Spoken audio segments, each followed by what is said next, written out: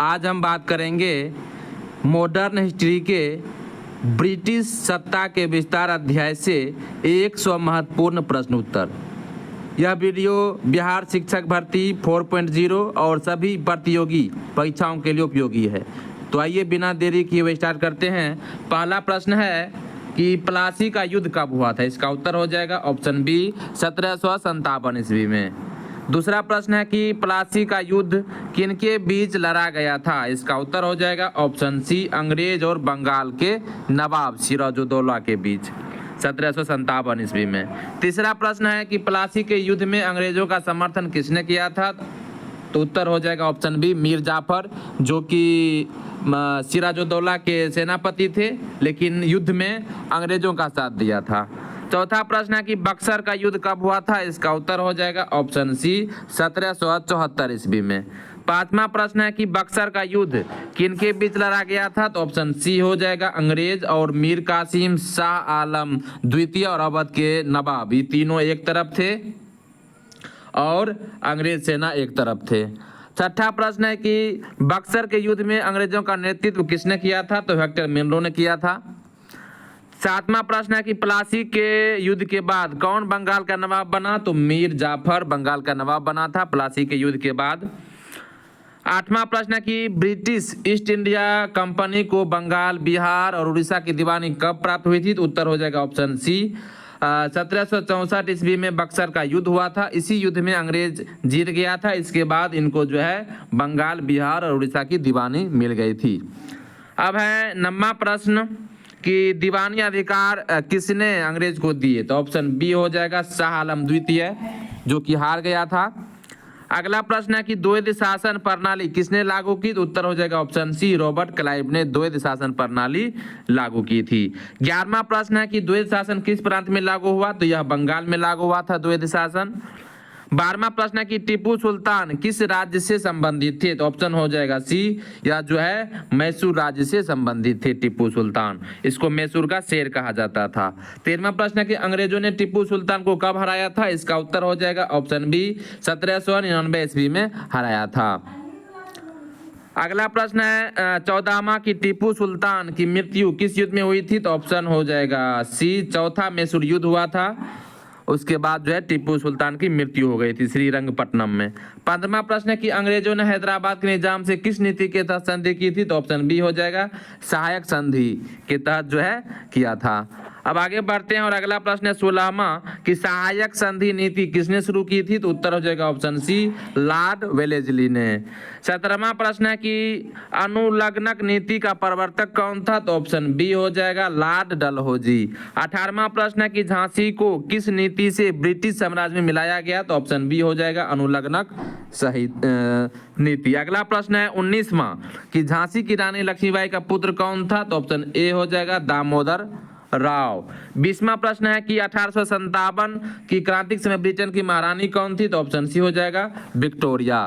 21वां प्रश्न है कि भारत में अंग्रेजों का पहला युद्ध किस स्थान पर हुआ था। तो ऑप्शन बी हो जाएगा प्लासी के स्थान पर हुआ था।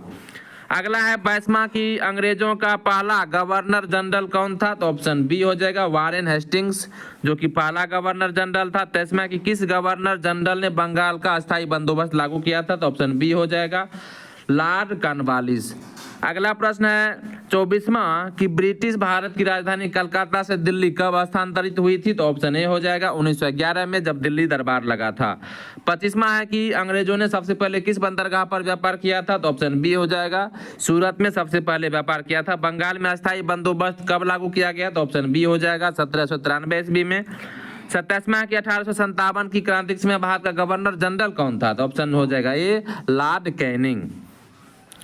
अंग्रेजों ने अवध को कब अपने अधीन कर लिया था। तो ऑप्शन ए हो जाएगा 1856 ईस्वी में। 29वां है कि अवध को ब्रिटिश साम्राज्य में शामिल करने का कारण क्या बताया गया था। तो ऑप्शन सी हो जाएगा कुशासन। लॉर्ड डलहौजी ने इसको शामिल किया था। अगला प्रश्न है 30वां कि किस भारतीय राजा ने अंग्रेजों के खिलाफ सबसे पहले समुद्री युद्ध किया था। तो ऑप्शन सी हो जाएगा कनौजी आगरे। 31वां है कि अंग्रेजों ने बॉम्बे किससे प्राप्त किया था। तो ऑप्शन हो जाएगा ये पुर्तगालियों से जो है बॉम्बे प्राप्त किया था। अब आगे बढ़ते हैं और अगला प्रश्न है 32वां कि टीपू सुल्तान को मैसूर का शेर किसने कहा था? तो ऑप्शन सी हो जाएगा जनता ने, इससे पहले उसके पिता ने ही कहा था। किसने मैसूर युद्धों में अंग्रेजों की मदद की थी? तो हैदराबाद के निजाम, ऑप्शन बी इसका राइट उत्तर होगा। 34वां की 1757 का प्लासी का युद्ध क्यों ऐतिहासिक है? कि बंगाल पर कब्जा हुआ था इसी युद्ध में। 35वां की ब्रिटिश ईस्ट इंडिया कंपनी कब स्थापित हुई थी? तो 1600 ईस्वी में स्थापित हुई थी। उसके बाद अगला प्रश्न है कि कंपनी ने भारत में पहली फैक्ट्री कहाँ खोली थी? तो इसका उत्तर ऑप्शन बी हो जाएगा, सूरत में। अगला प्रश्न है 37वां कि किस सन में ब्रिटेन की संसद ने ईस्ट इंडिया कंपनी को भारत में व्यापार की अनुमति दी थी? तो ऑप्शन ए हो जाएगा 1600 ईस्वी में। 38वां की भारत में अंग्रेजों के पहले राजदूत कौन थे? ऑप्शन बी हो जाएगा सर थॉमस रो। 39वां प्रश्न है सर थॉमस रो किसके दरबार में आए थे? तो ऑप्शन सी हो जाएगा जहांगीर के दरबार में आए थे। अंग्रेजों ने कर्नाटक युद्ध किसके विरुद्ध लड़े थे? तो ऑप्शन सी हो जाएगा फ्रांसीसियों के विरुद्ध कर्नाटक युद्ध लड़े थे। 41वां की भारत में प्रथम कर्नाटक युद्ध कब हुआ था? तो ऑप्शन ए हो जाएगा 1744 से 1748 ईस्वी में। 42वां प्रश्न है कि भारत में दूसरा कर्नाटक युद्ध हुआ था 1749 से 1754 ईस्वी में। 43वां प्रश्न है कि अंग्रेजों ने भारत में पहली बार टेलीग्राम सेवा कब शुरू की? तो ऑप्शन ए हो जाएगा 1855 ईस्वी में। 44वां की भारत में रेलवे की शुरुआत कब हुई थी? तो ऑप्शन बी हो जाएगा 1853 ईस्वी में। 45वां की पहली रेल कहां से कहां तक चली थी? तो ऑप्शन बी हो जाएगा मुंबई से ठाणे तक। अगला प्रश्न है 46वां कि भारतीय डाक टिकट की शुरुआत कब हुई थी? तो ऑप्शन ए हो जाएगा 1854 ईस्वी में। 47वां कि 1857 की क्रांति का तत्कालीकरण किया था? तो ऑप्शन सी हो जाएगा कारतूसों में गाय और सुअर की चर्बी। अगला प्रश्न है 48वां कि अंग्रेजों ने झांसी को जब्त क्यों किया था? दत्तक पुत्र को उत्तराधिकारी मान, ऑप्शन हो जाएगा नहीं माना था इसलिए। 49वां कि अंग्रेजों ने कौन सी नीति अपनाकर झांसी, सतारा और नागपुर को मिलाया था? तो अनुलग्नक नीति था वह। अगला प्रश्न है कि नाना साहेब कौन थे? तो उत्तर हो जाएगा ऑप्शन सी पेशवा बाजीराव द्वितीय के दत्तक पुत्र थे। 51वां कि 1857 की क्रांति को प्रथम स्वतंत्रता संग्राम की संज्ञा किसने दी थी? तो सावरकर ने दी थी। 52वां है कि 1857 की क्रांति का प्रमुख केंद्र था? ऑप्शन ए दिल्ली, चूंकि वहां पर था बहादुर शाह जफर। अगला प्रश्न है कि 1857 की क्रांति का नेतृत्व दिल्ली में किसने किया था? तो बहादुर शाह जफर ने किया था। अगला प्रश्न है 54वां की कानपुर में 1857 की क्रांति का नेतृत्व किसने किया था? तो नाना साहब ने किया था कानपुर में। 55वां की झांसी में विद्रोह का नेतृत्व किसने किया था? तो रानी लक्ष्मीबाई ने किया था। 56वां की 1857 की क्रांति में बिहार में विद्रोह का नेतृत्व किसने किया था? तो बाबू कुंवर सिंह ने किया था, जो कि 80 वर्ष के थे। बेगम हजरत महल ने 1857 में कहां से विद्रोह किया था? तो लखनऊ से विद्रोह किया था बेगम हजरत महल ने। 1857 की क्रांति में सबसे पहले गोली किसने चलाई थी? तो ऑप्शन बी हो जाएगा मंगल पांडे ने। अगला प्रश्न है कि मंगल पांडे को कहां फांसी दी गई थी? तो ऑप्शन सी हो जाएगा बैरकपुर में फांसी दी गई थी। 60वां की 1857 की क्रांति सबसे पहले कहां हुई थी? तो ऑप्शन बी हो जाएगा मेरठ में हुई थी। 61वां प्रश्न है कि 1857 की क्रांति के असफल होने का मुख्य कारण क्या था? तो ऑप्शन बी हो जाएगा संगठन का अभाव था। अगला प्रश्न है 1857 की क्रांति के बाद किस अधिनियम के तहत भारत सीधे ब्रिटिश सरकार के अधीन आ गया था? तो ऑप्शन हो जाएगा इसका बी यानी कि भारतीय शासन अधिनियम 1858। अगला प्रश्न 63वां कि भारत में पहली बार वायसराय की उपाधि किससे दी गई थी? तो ऑप्शन बी हो जाएगा लॉर्ड कैनिंग को। अगला प्रश्न है कि 64 में 1858 का भारत शासन अधिनियम किसके द्वारा पारित किया गया था? तो ऑप्शन ए हो जाएगा ब्रिटिश संसद के द्वारा पारित किया गया था। 65वां कि किस अधिनियम के बाद ईस्ट इंडिया कंपनी का शासन समाप्त हो गया था? तो ऑप्शन बी हो जाएगा भारत शासन अधिनियम 1858।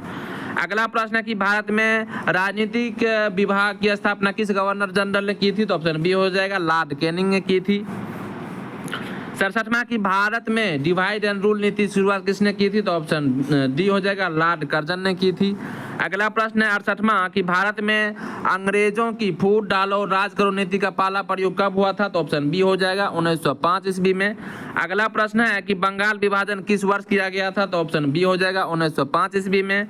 70वां की बंगाल विभाजन के समय भारत का वायसराय कौन था? तो ऑप्शन ए हो जाएगा लॉर्ड कर्जन था। अगला प्रश्न है 71वां कि बंगाल विभाजन कब रद्द किया गया? तो ऑप्शन ए हो जाएगा 1911 ईस्वी में रद्द किया गया था।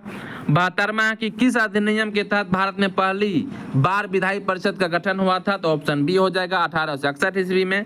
73वां की भारत सरकार अधिनियम 1861 का उद्देश्य था, तो ऑप्शन ए हो जाएगा प्रशासनिक विकेंद्रीकरण। अगला प्रश्न है 74वां कि भारत में सर्वप्रथम स्थानीय स्वशासन की नींव किसने रखी, तो ऑप्शन बी हो जाएगा लॉर्ड रिपन ने। 75वां प्रश्न है कि लॉर्ड रिपन को भारतीय प्रशासन में किस रूप में जाना जाता है, तो ऑप्शन बी हो जाएगा लोक स्वराज का जनक। अगला प्रश्न है 76वां कि लॉर्ड रिपन ने किस अधिनियम को रद्द करने का प्रयास किया, तो ऑप्शन ए हो जाएगा इल्बर्ट बिल को। अगला प्रश्न है 77वां कि इल्बर्ट बिल विवाद किस वर्ष हुआ था, तो ऑप्शन बी हो जाएगा 1883 ईस्वी में।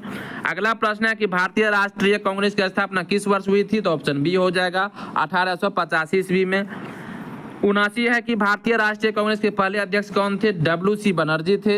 80वां प्रश्न है कि ब्रिटिश भारत में विभाजन की नीति किसने प्रमुखता से लागू की थी, तो लॉर्ड कर्जन ने लागू की थी। 81वां की भारतीय परिषद अधिनियम 1892 में क्या प्रावधान था कि भारतीयों को विधान परिषद में नामित करने की अनुमति, यही हो जाएगा इसका राइट उत्तर। 82 नंबर का प्रश्न है कि मुस्लिम लीग की स्थापना कब हुई थी, तो ऑप्शन बी हो जाएगा 1906 ईस्वी में। 83 में कि मुस्लिम लीग की स्थापना कहाँ हुई थी, तो ऑप्शन सी हो जाएगा ढाका में हुई थी। 84वां की भारतीय परिषद अधिनियम 1909 को किस नाम से जाना जाता है, तो ऑप्शन बी हो जाएगा मिंटो मार्ले सुधार के नाम से जाना जाता है। 85 है कि मिंटो मार्ले सुधार के तहत किस व्यवस्था की शुरुआत हुई थी, तो ऑप्शन ए पृथक निर्वाचन की व्यवस्था हुई थी। 86 है कि भारत सरकार अधिनियम 1919 किस योजना के अंतर्गत आता है, तो ऑप्शन बी हो जाएगा मॉन्टेग्यू चेम्सफोर्ड योजना। अगला प्रश्न है 87वां कि मॉन्टेग्यू चेम्सफोर्ड सुधारों के तहत किस प्रणाली शुरुआत हुई थी, तो ऑप्शन बी हो जाएगा द्वैध शासन शुरुआत हुई थी। 88 नंबर का प्रश्न है कि द्वैध शासन किस अधिनियम के अंतर्गत लागू हुआ था, ऑप्शन सी हो जाएगा 1919। अगला प्रश्न 89 कि भारत सरकार अधिनियम 1935 में क्या प्रमुख विशेषता थी, तो ऑप्शन ए हो जाएगा द्वैध शासन समाप्त हो गया था। 90 में कि भारत सरकार अधिनियम 1935 के अंतर्गत भारत में क्या लाया गया था, तो ऑप्शन बी हो जाएगा प्रांतीय स्वायत्तता। 91 नंबर का प्रश्न है कि भारत में ब्रिटिश संसद द्वारा अंतिम बड़ा अधिनियम कौन सा था, तो ऑप्शन बी हो जाएगा अधिनियम 1935। 92 नंबर का प्रश्न है कि अंग्रेजों ने भारत से अपना शासन कब समाप्त किया, तो ऑप्शन बी हो जाएगा 15 अगस्त 1947 को, जब भारत आजाद हुआ था। 93 नंबर का प्रश्न है कि भारतीय स्वतंत्रता अधिनियम किसने पारित हुआ, तो ऑप्शन बी हो जाएगा ब्रिटिश संसद में पारित हुआ था।